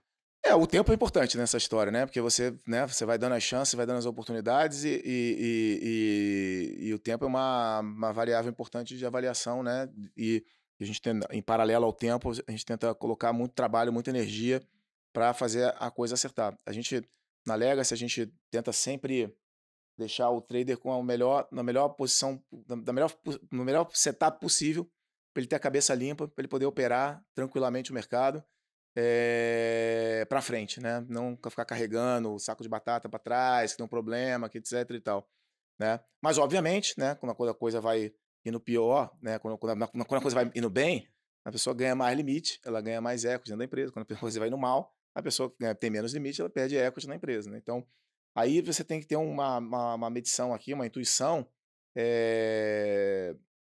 da resiliência, né? Das pessoas, né? No caso, né? Você fala, pô, tem pessoas que reagem muito mal Perda? a uma perda, ou uma bronca, ou a um ajuste negativo, né? E tem pessoas que reagem muito bem. Fala assim, pô, isso aqui eu tenho que virar o jogo, vou lutar, vou batalhar, etc. Então você tem que medir um pouco os ajustes têm que ser feitos. Isso é, pô, nossa obrigação fiduciária, né? E reduzindo o risco em áreas e em métodos que não estão dando certo, né? Então a gente tem que fazer esse ajuste. Mas se você, eh, ao mesmo tempo, você continua vendo a minha eu digo o seguinte, tem que estar no meu ritmo, né? Você não pode, o cara tem que estar sempre no meu ritmo. Se eu estou no meu ritmo, né, e sou o CEO da empresa, todo mundo que está Se você trabalhando tá comigo acelerado, trabalhando pra tem que estar caramba, acelerado, né? e Se eu o estou cara lá, tá mal e tá se eu trabalhando estou todo dia menos, lá, pô, né, de madrugada, acordado, acordando cedo, lendo, etc, né, estudando, fazendo posição, etc. Se você, pô, tem um cara que está com uma dificuldade no cenário, pô, numa situação um pouco mais difícil, o cara não tá no mesmo ritmo, pô, não tem já condição. é Então, um dos é uma indicativos. falta de resiliência, né? Então, acho que é uma combinação, né? Tem muita intuição, não tem uma arte aqui, mas assim, é muito a resposta do que a pessoa, do que as pessoas dão àquelas circunstâncias, né? E todo mundo tem janelas Ruins. ótimas, janelas ruins, janelas médias, e todo mundo já teve aumento de limite, redução de limite, aumento de participação, redução de participação. A reação a isso você vai conhecendo meio que rapidamente, né, no tempo e você vai ajustando. Então acho que Legal. eu diria que o quantitativo ele é meio claro, né, meio dado, né? Você bateu o drawdown, você perdeu metade do limite, você ajustou a posição, você, né, tem que se enquadrar. Aí como é que você vai olhar para frente, né? O que a gente tenta fazer também é muito usar né, um pedaço da remuneração que a pessoa tem para bater a linha d'água, né? Então, a pessoa para ir para o próximo ano, ir para o próximo semestre, com a menor linha d'água possível para frente, no sentido do cara estar mais leve. Porque o cara não largar o ano, largar o semestre, né? Com Fala, pô, prejuízo eu acumulado muito preciso grande. recuperar um valor, né? Um percentual tão alto de cota que a minha vida vai ser, pô, muito difícil. Então, a gente tenta ir ajustando esse negócio meio que para o cara ir pagando isso antecipadamente e tá sempre mais leve para frente, né? E a gente tenta também, ao mesmo tempo, pô, eu tento estar sempre junto, apoiar, né, nas posições, nas discussões, nos debates, e dar todas as ferramentas possíveis, né? Pô, tem uma área de economia de excelência, ter ótimos analistas, né? Tá sempre disponível, Tecnologia. tecnologia, né? Então, acho que todas essas ferramentas, ter o ferramental, só não performa quem não quer, né? No final. Ou quem não está conseguindo mesmo por dificuldade de mercado. Boa. Falando de empresa agora, nesses anos de legacy, como asset, como gestora, teve algum erro empresarial que você falou, caraca, isso aqui foi uma baita de uma lição, fomos lá, reunimos sócios e ajustamos? Cara, a gente, felizmente, eu diria assim, a gente nunca precisou usar o nosso contrato social para nada, né. A gente tem Legal. uma uma governança muito bem definida internamente, um alinhamento muito grande entre, né, o comitê executivo, né, o Duda, eu, o Gustavo, o Pedro. O time trabalha junto há muito tempo, acho que isso é uma característica importante, porque as pessoas se conhecem, as pessoas se confiam. É um business de confiança também, né, a gente fala que é muito capital humano, pessoas, mas também é um business muito de confiança, né. As pessoas têm que confiar no Duda, as pessoas têm que confiar em mim, né, as pessoas têm que confiar no Jobim, têm que confiar no Gustavo, que a gente vai fazer o melhor para a empresa, o melhor para nossa para o nosso fundo, para nossa gestora, para nossa cota, né.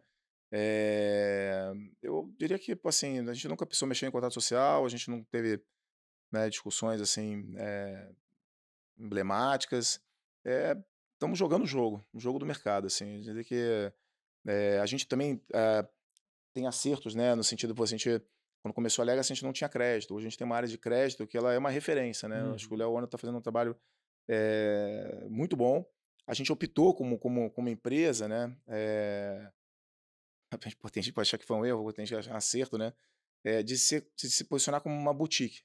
A gente não quis ir para o produto D1, para captar pra caramba e crescer Na parte de rápido. crédito. A gente quis ir fazendo primeiro vamos fazendo no multimercado, vamos começar a gerar alfa, vamos ganhar dinheiro, vamos entender, vamos montar os nossos comitês, vamos se organizar, né, vamos crescer o time. Quando a gente esgotar a nossa capacidade de alocação dentro do multimercado, se a gente Abre um tiver indo produto bem, dedicado. vamos abrir um produto dedicado. Aí começamos no debênture normal, né, as regulagens normais aí de que são as não isentas, né, e crédito privado. Começamos, né, e aí fomos chegando às demandas do mercado, o mercado crescendo pra caramba com D1 e tal, a gente tinha discussões, né, internas nossas, eu, Dudu e o Ono, várias, assim: "Poxa, né, o mercado tá D1, tá D10 e tal, a gente, pô, tá lá querendo D60.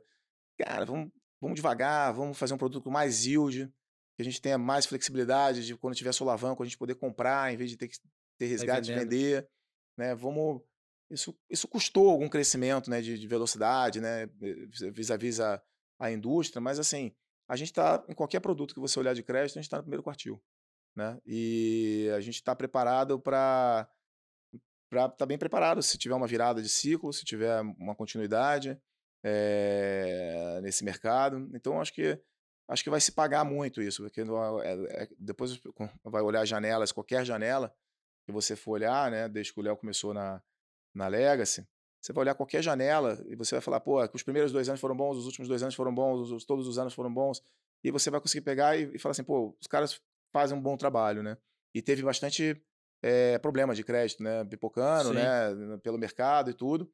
E aí de novo, né, você tem um comitê, diversificação, compliance, agilidade, né, então isso é bem importante, né. Então você vê, hoje a gente tem lançado produtos aí com parceiros de diferentes produtos, tem um produto de 7 anos, tem um produto aí isento Listado na CDI, bolsa. com cota subordinada, temos, né, vamos fazer um listado, temos a debênture, incentivada, né, em IPCA, temos o isento, em CDI, temos o CDI ativado, né, que combina a nossa área, a expertise da área de renda fixa com a área de crédito, né, para dar um CDI plus aí no produto. Então a gente tem um leque de produtos, assim, né, para oferecer, mas a gente optou, né, sempre ali por ir sendo nessa característica de ser boutique, buscar estar sempre no primeiro quartil em termos de performance, sem fazer loucura para crescer. Boa. Olhando os próximos 5, 7 anos aí, como que você enxerga a Legacy? Você vê eventualmente, novas verticais nascendo como foi a de crédito? O que que é a tua cabeça para a Legacy? A gente está aqui sentado em 2030 fazendo mais um papo. Como estaria a Legacy?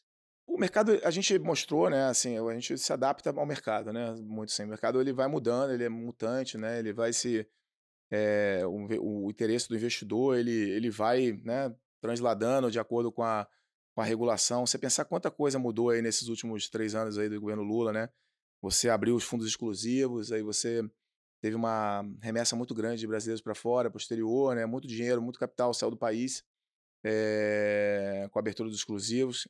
Na minha visão foi um erro, porque você tinha um capital que ficava aqui, uma poupança que ficava que não era expatriada, porque tinha um negócio Incentivo. um incentivo de você postergar, né? Não é que não pagava imposto, né? Você postergava, Você né? postergava o imposto, mas ficava ali aquele imposto. Você podia fazer um reset, mas depois manter o benefício para frente, podia ter sido feito de outra forma.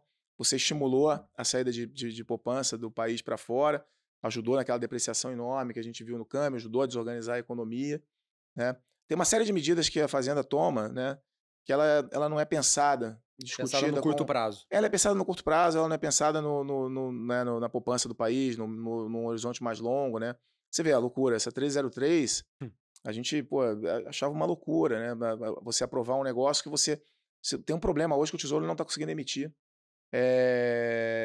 As NTNBs, e está tendo dificuldade no pré também. Tá precisando captar Porque, muito e não tá tendo e a dívida demanda. não para de crescer, né? A dívida de 80% do PIB, com esses juros nesse patamar, ela cresce 5 a 6 pontos por ano. O Tesouro não está conseguindo emitir. E o governo vai e propõe uma medida. Que piora o cenário. Eu até fiquei muito surpreso, porque né, tem o Tesouro é super técnico, né? O Banco Central muito técnico. Tem uma área da Fazenda técnica também. É difícil pensar que você sai de uma discussão com pessoas técnicas e acha que você aprovar um negócio desse seria bom, ter algum lado bom. A gente não consegue enxergar nenhum lado bom. Né? Então, assim, você provoca uma discrepância ainda maior dos isentos com relação aos fundos de renda fixa que come cota. Pô, quem financia a dívida pública, o grosso da dívida pública, né, são os bancos. E o segundo maior financiador da dívida pública são os fundos de renda fixa. Esses fundos de renda fixa enormes no BB, na Caixa, no Banco do Brasil, Itaú, Santander, etc., né? XP, BTG, tudo. Você tem fundos enormes, né? E esses fundos vão lá e nada mais eles fazem do que, né? Os bancos vão lá, captam CDB, compram LFT, os fundos vão lá, captam pré, né? Vão lá e compram a LTN, compram as NTNBs, né? No caso dos fundos de renda fixa de PCA. Se você aumentar essa discrepância, você vai estimular tirar todo esse dinheiro para um negócio pro isento, que é lastreado em uma demanda corporativa, né? Então o Tesouro não ia Vai ter diminuir a demanda pelo Tesouro. diminuir muito a demanda do Tesouro.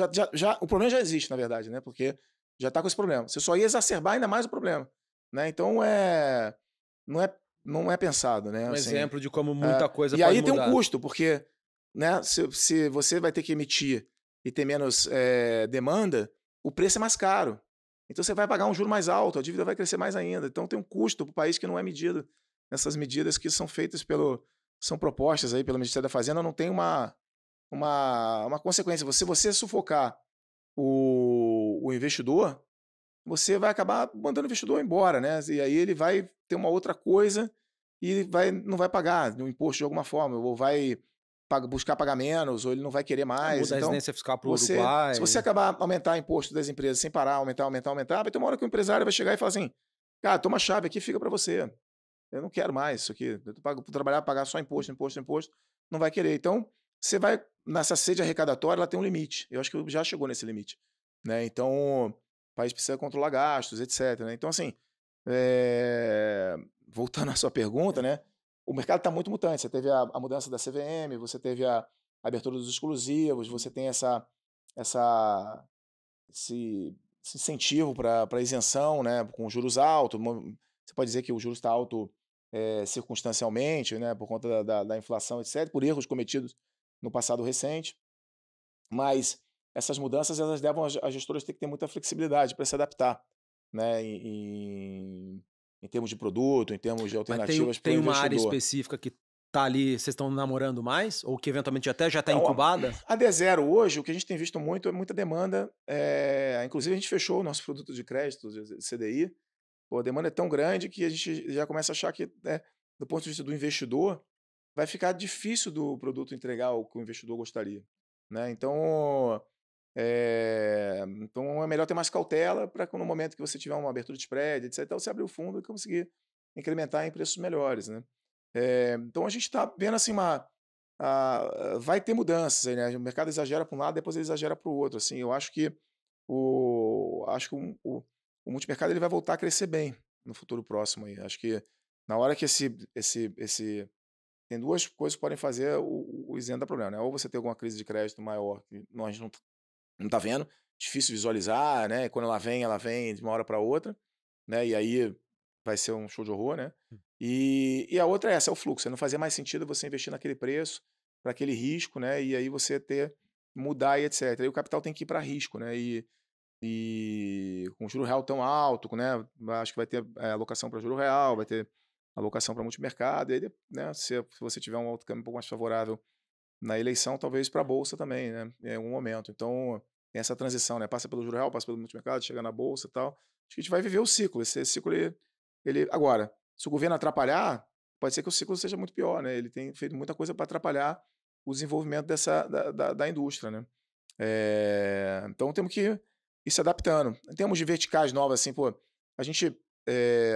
o importante é o conceito, né? Sempre, assim, a gente gosta de desenvolver dentro do multimercado as estratégias, depois que ela cresce no multimercado, ela gera rentabilidade, ela está indo bem por um período relevante, a gente vai lá e pode montar um produto naquela linha. Então, vamos ver, tem que acompanhar. Renda A variável renda variável seria um candidato? uma candidato, né? Mas a gente depende muito de uma virada de política fiscal no país, para você ir uma postura melhor em termos de leis, né, de regulação, menos impostos e etc. Senão vai continuar sendo melhor ter um fundo de bolsa lá fora, né? Do que aqui no Brasil.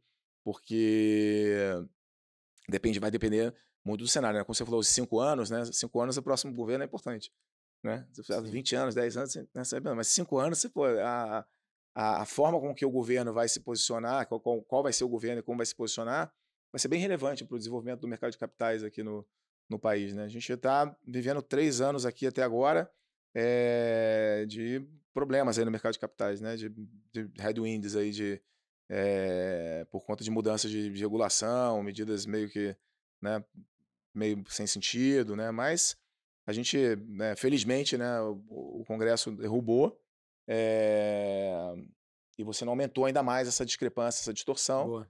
Mas ela já existe, ela já está lá incentivando todo mundo a ir para o mesmo lado, né? E isso vira rápido, né? Porque todo mundo vai para o mesmo lado, né? Você vê, todo mundo jura 2, todo mundo fala, botou um monte de dinheiro na bolsa, tal. Aí o juro vai para subiu, aí vai sair todo mundo da bolsa, destrói a bolsa, vai para outro lado, tal.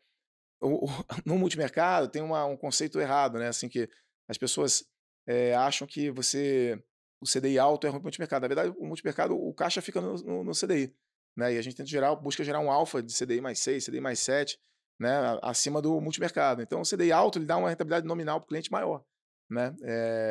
O CDI baixo, ele ajuda porque como todo mundo quer tomar mais risco para ter um CDI plus, porque o CDI está muito baixo, você tem mais demanda. aí as pessoas tomam e acaba entrando mais dinheiro nas gestoras, por questão de business ciclo. é melhor. Mas para o investidor, pô, o momento do multimercado com CDI alto, o momento é meio que agora.